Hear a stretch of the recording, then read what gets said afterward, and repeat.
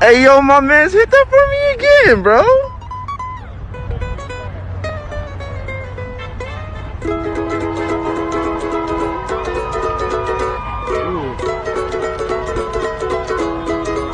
The Fortnite item shop, the only thing in this entire world where people will complain that they can't spend enough money. The item shop is a staple of Fortnite that has only gotten more and more complicated as the years have gone on, because with Fortnite constantly expanding, they have added more and more cosmetic options. And there are a lot of cosmetics in here that I think are extremely worthless and extremely dumb, and there's also some issues with the item shop as a whole that I don't see enough people talking about. Be sure to like and subscribe. If we hit 25k by 2026, I'll get a low taper fade. Use code Lil Smurf in the Fortnite item shop. That's enough promotion. Let's go. So the item shop has a lot of different tabs and stuff that you can go into, and there's a lot of stuff in here that I just think is extremely worthless. For one, let's get the obvious out of the way. Lego kits. You can only use these in Lego Fortnite, and in my opinion, these are extremely overpriced. While you could technically just make these on your own in Battle Royale, no one's trying to do all that. That takes too much work.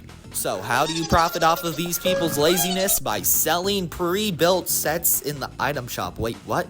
Except the sets aren't even pre-built. You just get the option to build them in your world. Wait, what's going on here? You're locking a core gameplay feature behind a paywall? Wait, why? Why would you do that? That's like me saying that if you wanted to go into a store, you gotta pay up enough money so you can get the ability to buy stuff from the store. In short, Lego kits are dumb. I don't get it. I understand that they are probably useful in Lego Fortnite, but still $20 for a virtual Lego set is outrageous.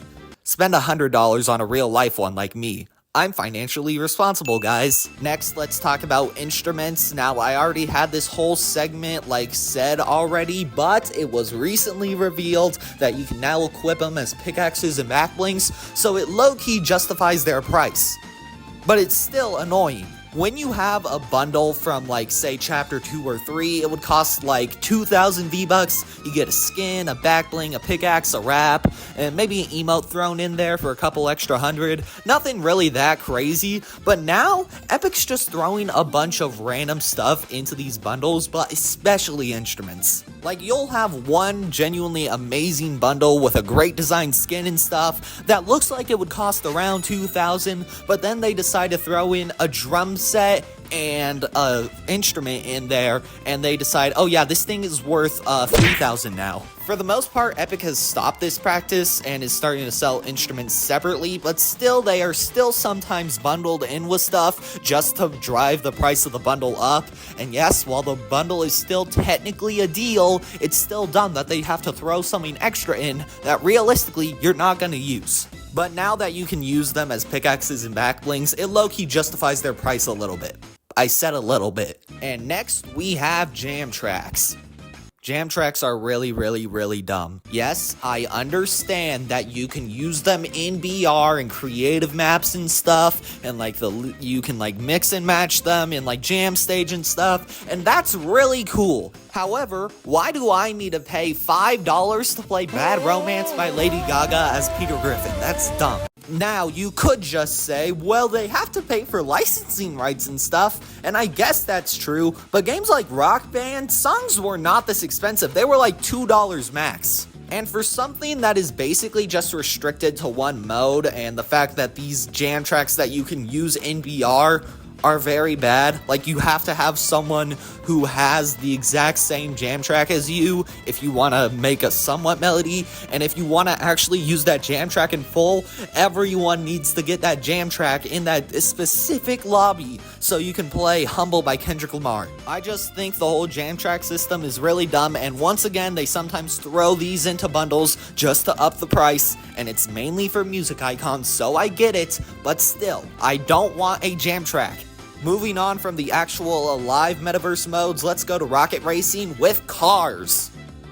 Who is paying for these, genuinely? I have not bought a single car. The only ones that I have are the free Metallica one and the Cybertruck because it was really easy to do those quests. I have never once spent any cash on a car cosmetic. Seriously, these things are basically useless. None of the cars are really all that interesting. Like, sure, there's some, like, actual cars from movies and stuff. I know they added that one car from Fast and Furious a little bit back. That was pretty cool. But, like, be so for real right now. Who is playing Rocket Racing, which is the reason that these cars were invented? No one. And Epic isn't even playing it because they're not updating it anymore.